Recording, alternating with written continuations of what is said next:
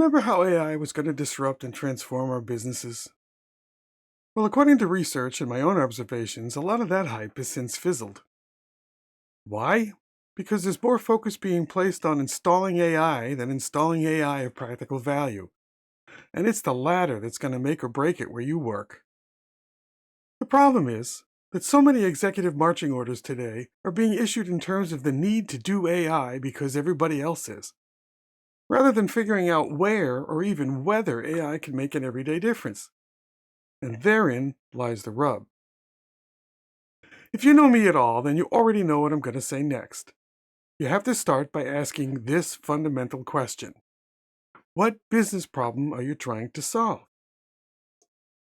If you can't answer this clearly and concisely, then your initiative almost certainly will stall. Because if you can't define your desired result, then you can't know if you're making meaningful progress. Your senior managers will wonder what's the point, and they'll pare your program back to nothing.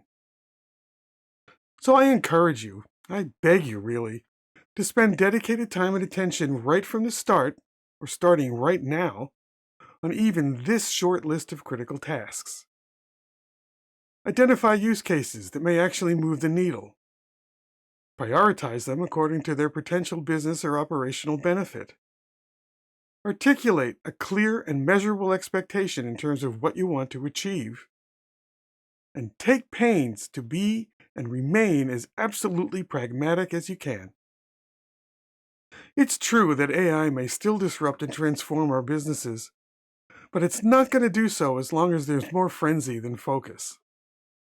The good news is that you are in the perfect position to achieve this outcome because you spend your days immersed in the practical realities that AI will either need to enrich or die.